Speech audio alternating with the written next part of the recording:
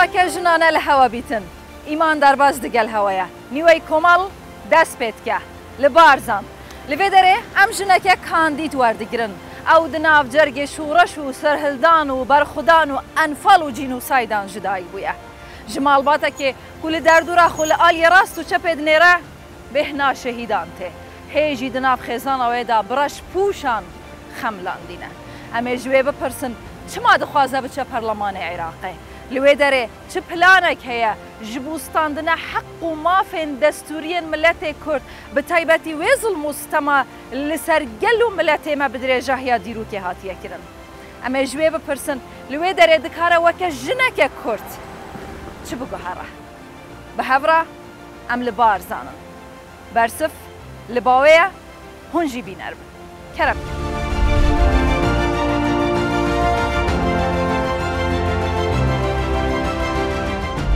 تازە ئەزە چمە لای جوانخانێ دەجوێ پرسین جوانخان کیە لەسەر کیش بازنەیە پلاناوێ بۆ پەرلەمانی عێراقی چییە یەکەم جار دەچینە ئۆفیسەوێ پاشی دەچینە هەنجەهێت دژی لاچەوێ ئەلبێت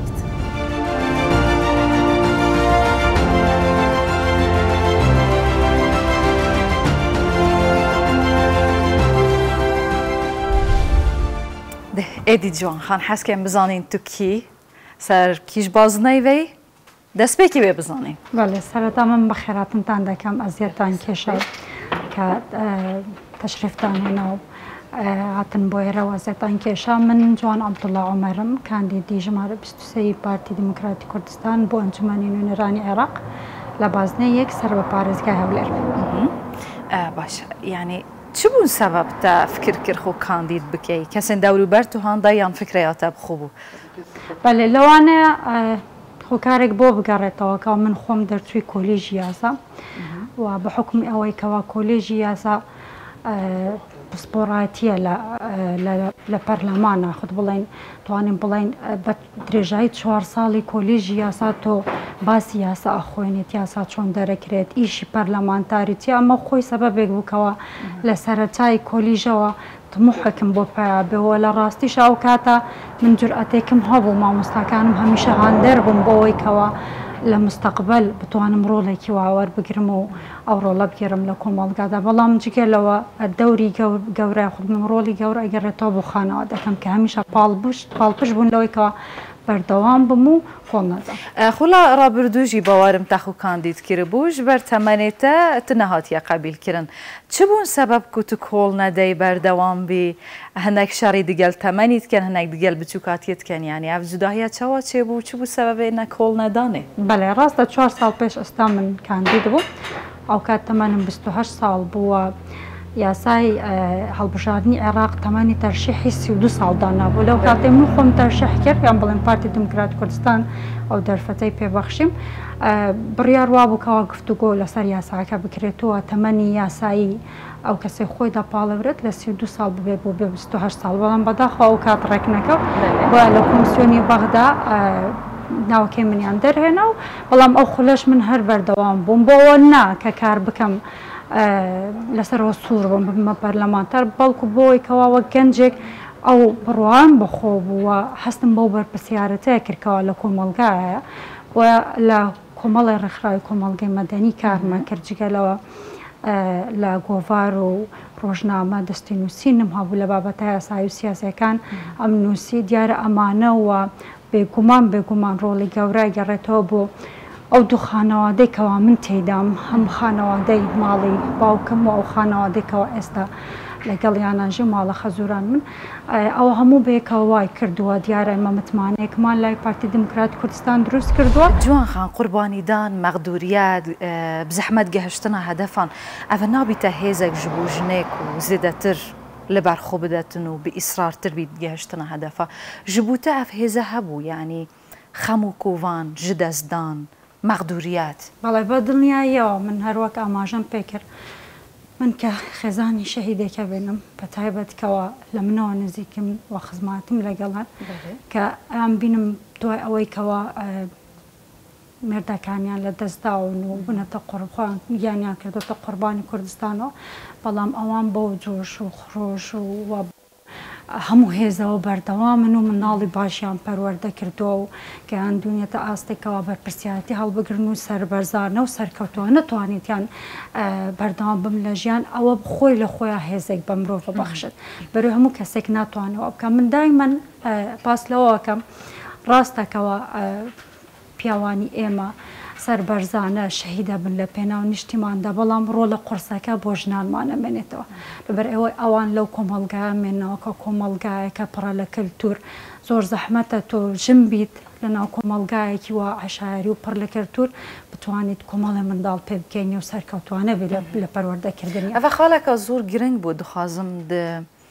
دەمێن داهاتیدا ئەز لەسەر وێ بڕاوەستم زیدەتر بپرسم لێ ئەف جهێ ئانەها ئەملێنە ئەف دەرکوویە ئەس هەژمارێکە زێدەیە کورسیا دبینم پۆستەرێنتە دبینم ئاڵایە ڕنگینێ کوردستانە دبینم ئاڵایە پارتی دبینم ئەف دەر چ دەرە تو چت کەی لەبێ دەرێ بەڵێ من خۆی ئەو ساڵ شێوازی دابشکردنی بازنەکان بە پیاسای هەڵبژاردننی عێراقی جیاوازە و لەسەرم ئاساسەش دیارە هەر منتەقەیەک بە کاندیدێک درراوە من بە خۆشحاڵیەوە بە شانازیەوە کچی شاری سۆرانمەوە کچی ئەم دەڤەرم بۆیە من زۆر خۆشحاڵ بوومکەوە بلێ دەست نیشان کرا بۆ ئەوەی کەوا من نوێنەراتی منتەقەی بلێ بکەم لەبەر ئەوەی بلێ لانەی شۆشە کوردیەکان بووە و خەڵکێکی دڵسۆزی تێدایە کە هەمیشە مووقفی زۆر توندیان هەبوو بەرامبەر بە پرسانەتەوەیەکە بۆ من دەستم پێ کردووە و لە دوێنەوە ئەو ئۆفیسەی کەوای بینن بە بەردەم خەڵکما کردوێتەوە بۆ ئەوەی ڕۆژانە بتوانم لە بەیانیەوە تا شەوانە درەنگ لێرانە بمێنمەوە گوێ لە هەموو خەڵکی ئەم منتەقەیە بگرم کەەوە داواکاریەکانیان چین پێشنیاریەکانیان چین بە هەموو چین و توێژێکەوە دوجار ئێمە هەر نوێنەراتی ئەم خەڵکەیەکەین و ئابێ هەر ئەوەشمان بیر بکەوە لە خزمەت ئەو خەڵکیان زۆر باشە مادەم لەوێ دەرێ مە ناس کرد مەزانی جوان خان چییە سەر بکیژان بازنەیەوە ئارمانجاوێت چییە ژڤر و شوندا دخوازین بکەوینە نافوان ژنێن و ڕەشپوش نافوان ژنێن و بدرێژە هەیە زێدەتر ژ 40 ساڵانە هێژی برینێن وان نەهاتنە دەرمانکردن هێژی نەگەهشتنەوەی ئاستەیەک و بێژن ئۆ هەنێکی خەمێن مەسل و نە لەسەر ئاستێ وڵات نەژی خەلکیاوێک و ژ دەستدانە هێژی بە هزاران دایک هەنە لەوێ ناوچەیە بەندەوارن gelek jin hene dikarin bêjin bi sadan bê mêrmane gelek kiçên weke ciwan xanê bê babû bê nasmane ka biçin bikevîne nav malên wan di nav derd û xemên wan bizanin ew ê ji ciwan xanê yan jî jineke dina Kurd gava diçîte Parlemanê Iraqê bendewarî çi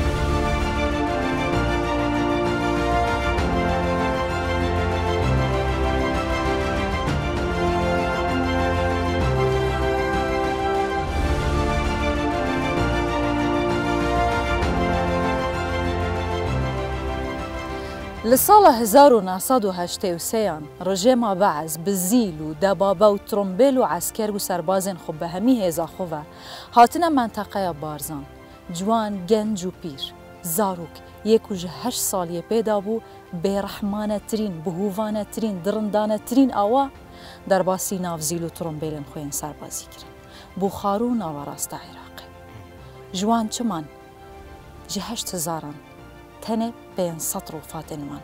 ev cihê ku anha em lêne dayikên reşpûş li keleka min in ji nav wan da kiçek hesta ye ew jî kandîda Partiya Demokrata Kurdistanê ye dixwaze biçe Parlemanê Iraqê li wê derê bergeriyê ji mafên vê dayikê wê xuşkê wî birayê din bike yên ku heta niha jî hawarên wan kesê nebihîstine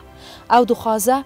bi destûr û bi yasayê kar bike ji bo vegerandina wan rofatên heta niha jî hikûmeta Iraqê amadenîne heta cihên wan jî nîşan bide piştî derbasbûna zêdetir ji 30 salan hêjî birînên van dayika sarêj nebûne û bêdermanin lê me dixwazim bi wan re biaxivim ew bi xwe bêjin çawa dayikên Kurd jinên Kurd ku her ti ji wan hatiye standin karîne kerameta xwe biparêzin zarokên xwe xudan bikin û heta vê çaxê jî hatine hêjî destê wan li ser birînên wan e lê ji hêleke din dilxweşin dibêjin baş e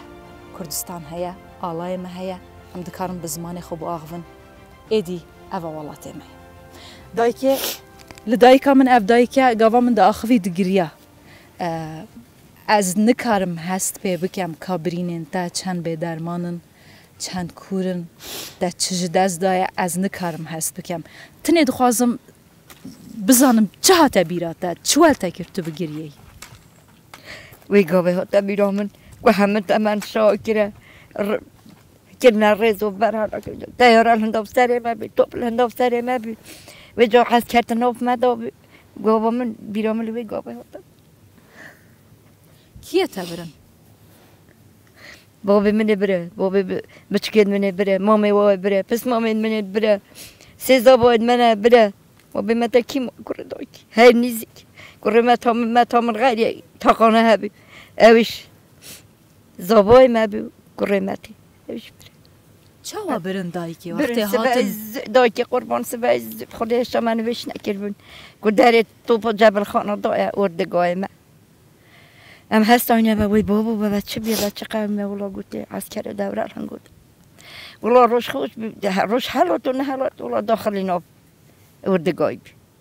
و جای کوبا بعد دست کتو رابط من شاکر جا بیرون آلوی گابت تبع داکی قرب چند سالی وقت اس وازو مزن بیم پره من کیجامنا مزنو کم کیجامنا 7 سال بی یدی کش به من بین بچگن من یدی چل روزش پاشی بابا حتی هبی دایکی بزنم جا مالات چند کس چون چل بیراتت هد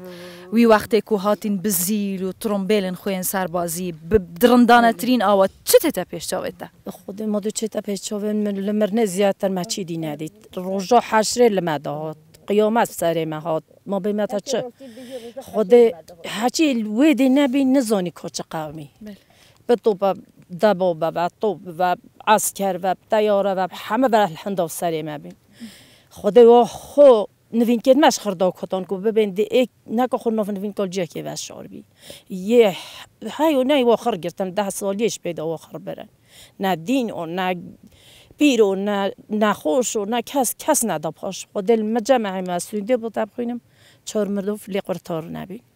خر گرتن گوتش چنیا گوت اجتماع که اخبار الان گوت یا کرن شکایت الان گوت کره ورنه سجاده گوت چنیا دی اوی که اینو دهی نوش مشوار بی و بس هنگی مروی من گوت خود ام چون آخر جارامه کرم الملی من بی نوی و خلاطه بی و مالش کرد گوت باب ام چون آخر جارامه ولام حمل دو مروفت خود چون اسجاد بیا قیامه بیا روزا حشره داکت نجنا بقون که غدارا لبدا پاوجا چان کس نبینی چلمت کرد ولی حالا که دیم هاتی نه گوته حکت اچا چی کرد میش گوته ولام چی نکردی متا و گوته ولام چا چی کرد ام هاتی نه ولی چای و خور هندی متا و گوته خوبش را باقی هر پش خیوات است نه که تو دیت بلا طبعا حکت تو ندیت قم خدا به مینه گوته قد از خوبه نشیره وقد من خرجت مروفين من خرجتن شيخ إد ما جرتن كاس نماز كتب دعيا من إني أزبط مخوفاش شيرم بين من بهني تشتدارين لمن دان أنجفينهم دانا من دایک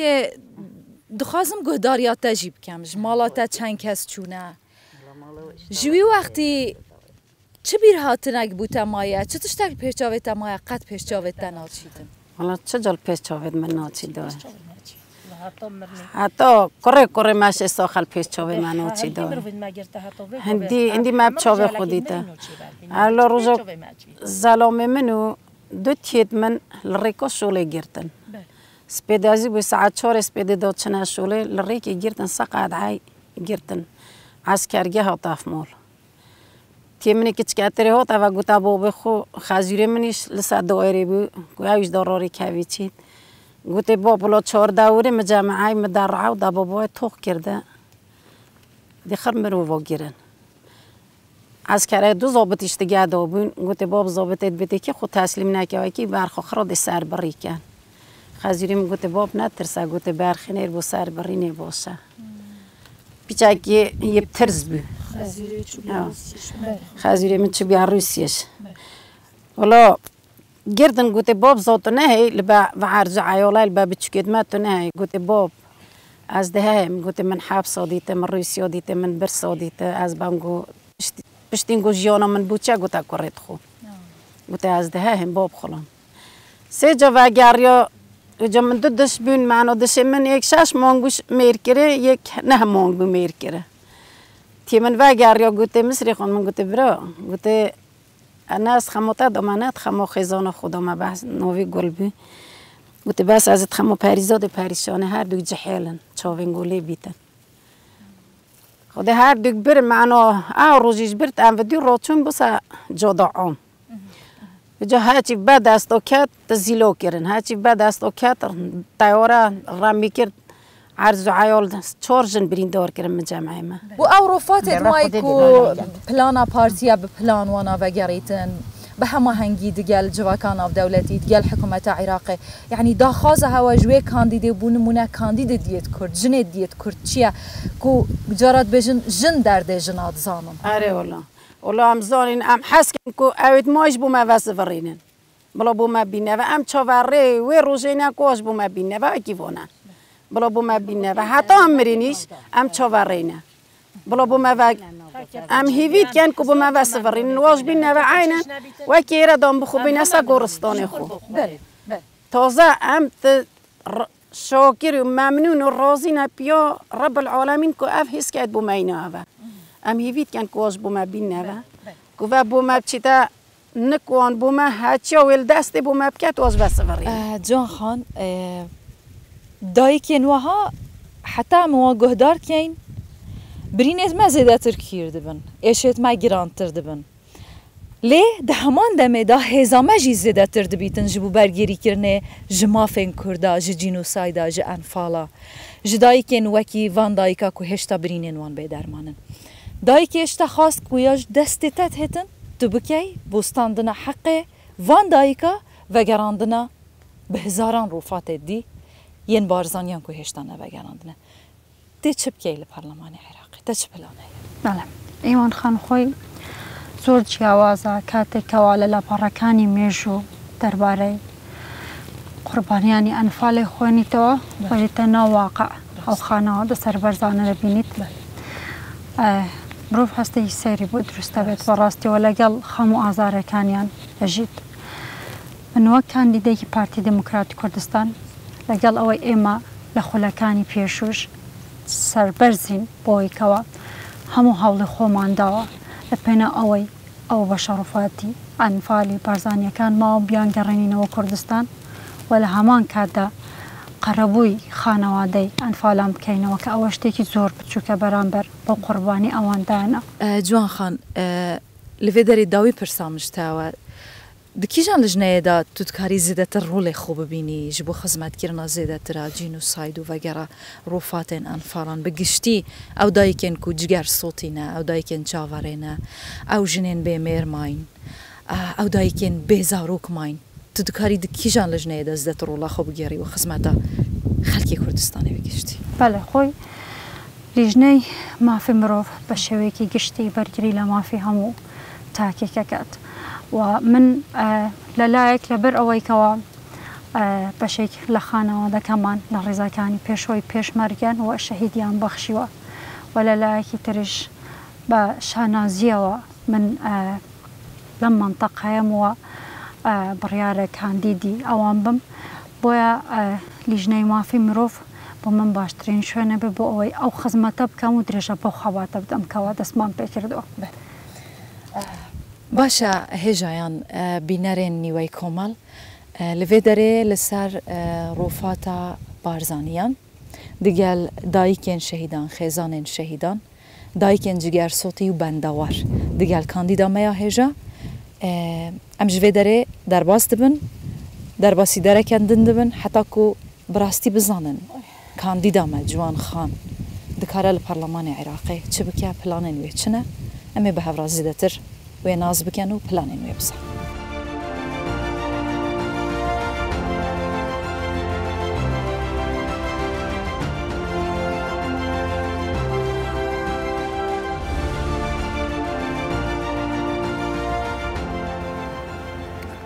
چاکه کردواری لبارزان به ریزان نابید به چمی ریزان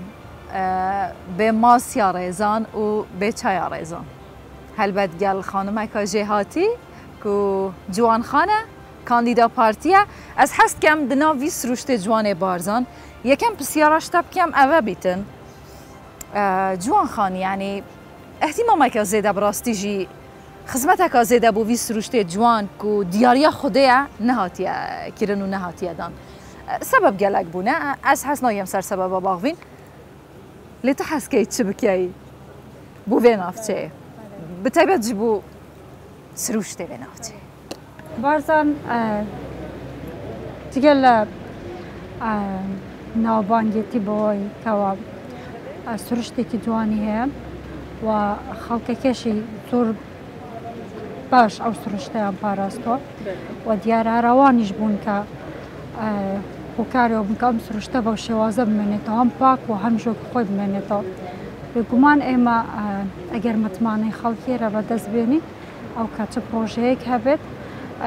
ئێمە اقتراحەکەین لەگەڵ لانی پەیوەنددار و لەگەڵ حکوومەتی هەرێمی کوردستانەوە خەینە خزمەت خەڵکیان دەبێت بەتایبەت دەر حەقیوان بوو جێ بەرە پێدانێ یعنیەن پێشدابرنێ ئاواکردنێ گەشەساندنێ کە حتا نەهاژی حکوومەت عێراقی نەکەتیە ژێر بەداخەڵ بەێ جوان خان لەسەر لەوانێت هەیە ئەکادمیە سندێک ڕاوەستم ینی جوان خانێ چ کریە حتا گەهشتیەوەی ئاستێخ و کاندید بکات ینی دە چه خزمەتا گەلکریە تلکو دەرێ بووی خەلکی تلکووە دیتە شین دەستی تەلکیوە دیارە بەڵێ من 2011 کۆلیژ یاسام تاوا کردووە لە زانکۆی سۆران و لە ئێستاشدا قوتابی ماستەرم لە یاسای گشتی بەڵام دیگەلەوە لە 2011 کە تاوام کرد وە گەنجێک کەو کاتیش نەمتوانی یەکسەردام بەنزرم لە کەرتی گشتی واتە لە حکومی بەڵام من وازم نێ ناو کاتە لەگەڵ چەند ڕێکخراوێکی حکومی کارم کرد هەوڵمدا سوود لە وزە و توانە گەنجێم وەربگرم بۆمەش لینکمان هەبوو لەگەڵ چەند بەڕێوبەرایەتیەک زیاتر کارمان لەسەر پرسە یاسایی و کۆمەڵایەتیەکانە کرد بە حکومی ئەوەی کەوا من دەرچوو کۆلیژی یاسا بووم یەکێک لە کارەکانمان ئەوە بووکەوە و شیاری یاساییمان بڵاوە کردەوە لەسەر ئەو یاسایانێکەوە لە پەرلەمانی کوردستان دەردەچوو بە تایبەت لەسەر پرسانێکەوە ببوون بە کێشە لە کۆمەڵگا بۆن منە مەسەلەی توندوتیژی خێزانی بوو مەسەلەی تاوانەکانی بەکارهێنانی مۆبایل بۆندن و دانانە یاسا پرۆژه یاساندایە هەی بەڵێ ئەو زۆر جاریش لەگەڵ ڕێکخراوەکان اقتراحمان کردووە کەەوە یاسایەک تعدیل بکرێت دەستکاری بکرێت بۆن منە یاسای توندوتیژی خێزانی هەوڵی زۆرمان بۆ داوە کەەوە کۆمەڵەکەم کوردی تێدا بووە و بە حکومی ئەوەی کۆمەلگەی ئێمە کۆمەلگەیە کە تاکو ئێستا بە شێوازێک لە شێوازەکان توندوتیژی تێداماوە ئیترێمە وەکو یاسا نازەوکە ئەمە شیارەمان بڵاوە کردەوە لە هەمان کات هەوڵمانەدا و ڕێکخراوەکانی کۆمەلگەی مەدەنی دەنگی خۆمان بگەینین بە پەرلەمانی کوردستان باشە جوان خان مەسەلا کوتا تو چاوە دبینی یعنی توڕازی ji کوتایە ji بۆ ژنا دیسە هەمان پرسیارێ ji کاندیدê پێشتر کرد خوازم شتەژی بکەم کوتا di fikra ciwan xanê de nîmete yan jî nîqmeteke کوتا باوەریە ji jina distînît yan jî fursatekê dede jina هەردووکێتی بۆ لەبەر ئەوەی خۆی کۆتا کە بدایەت اقتراح کرا دیار بوو ئامانجەکەی ئەوە بووکەوە ژنان بتوانن لە پرۆسی سیاسی بەشدار بن و بتوانن ڕۆڵ بگێڕن لە پاڵ پیاوەندە بەڵام ئەمە بۆ مەرحەلەیەک بوو بڕیاروانە بووکەوە بۆ هەتای و فکرە بمێنێتەوە بەداخەوە لەو کۆمەڵگانەی کەەوە تا ئێستا کۆتای تێداماوە ئەو بەڵگەیە لەسەر ئەوەی کەەوە تەوعیەی سەقافی ئەو کۆمەڵگەیشتا نەگەشتێتەوە ئاستێکەوە ژن قبول بکە و ئەو ڕۆڵەشی پێ بداتکەوە هەمان ڕۆڵ پیاوەی گێڕێت لە کاتێکا ژن خاوەن توانای خۆیەتی زۆر باشە جوان خان li dawiyê di nav vî siruştê ciwan li ser çemê rêzan digel çayeke kurdawarî hewayekê azad kurdistaneke azad tu bû çi heskey yanî ji ber çi xelek dengê xwe bidenete من ناڵم پەرلەمانتاری بۆ من تموحە بەڵام هەروەک لە سەرەتا ئاماژەم پێ کرد لەوانەیە پسپۆریەکەم بە شێوەیەک لە شەوەکان و بە دڵنیاییەوە ئەو ژینگەیکەوە تێدا پەروەردە بووم بۆ کارێکی سەرەکی بۆ لەوەیکەوە من هەز بە پرسیارەتی بکەم وەکو گەنجێک بەرامبەر بە نیشتیمان بەرامبەر بە کوردستان دایمان خوێندومەتەوە لەسەر ئەوەیکەوە ئێمە وەکو کورد تووشی چی بوون و خۆتان بینیتان ئەو دایکە بە ڕێزانێکەوە دەمێک پێش ئێستا قسەمان لەگەڵکردن لەگەڵیان ئاخەفتین ئەوە نمونەیەکی بەرزی قوربانیەکانی ئێمە گەلی کووردە ئێمە وەکو گەلی کورد وەک نەتەوەیەک هەمیشە مافی ئەومان هەبووەکەوە بکۆمە نەتەوەکانی جیهان بژین بۆ سەر بەخۆ بین و هەموو خەباتشمان بۆ ئەوە بووە زیاتر لەوە نەمانویستەوە هەموو کاتێکی ژا قونسڵێکی ئاشتی بووینە لە عێراق بەداخەوە بەڵام ئەگەر بگەڕێنەوە سەر مێژووی عێراق بە درێژایی مێژووی دامەزرانی عێراق لە 1920ەوە بینین ئەو مافانە لە قانون یاخودبوون لە دەستورە بوونیان هەبووە کە وەکو نەتەوە بە ئێمە درابن بەڵام لە مەجای واقعی تەطبیق نەکراون و هەر ئەمەش بۆ زۆر جار بۆتەوە ئەوەی کا شۆڕشی کوردی سەر هەڵدا کەواتە بە کورتی جوان خانیانی خەلک بچی دەنگی خوبدانەتە بۆی ئێمەش درێژە پێداری خەباتی ئەو هەموو شەهید و ئەو هەموو خەڵکە سەربەرزە بن کە قوربانیان داوە و ئەو کوردستانە ئاوادانێکەوە ئێستا ئێمە تێداژین بەرهەمی خۆی شەهیدانمانە تو هەر هەبی خانم هێژە گەلک سپاس بوو vê derfetê gelek keyf xۆş bûm bi fikr û raman û planê te jiyana te ew cihê ku tu lê dijî tu her hebî spas bû vê fursatê bi hêviya serkeftinê bû te û hemî kandîdê diye dijin li Kurdistanê ku bi hêz ve biçine Perlemanê Iraqê. Belê êdî hêjayan digel vê çaya bitan di nav siruştê ciwanê Kurdistanê li devera Barzan bi taybet li çemê Rêzan gelek spas bû bîneriya hewa hûn vê xelekê jî digel bernameyê nîwey Komal nîva civakê bûn bernameyekê din digel kandîde jinekê din li Kurdistanê dîsa em ê bi hev rabin. Silav û rêzên îman derbas silaveke jinan li hewa bît.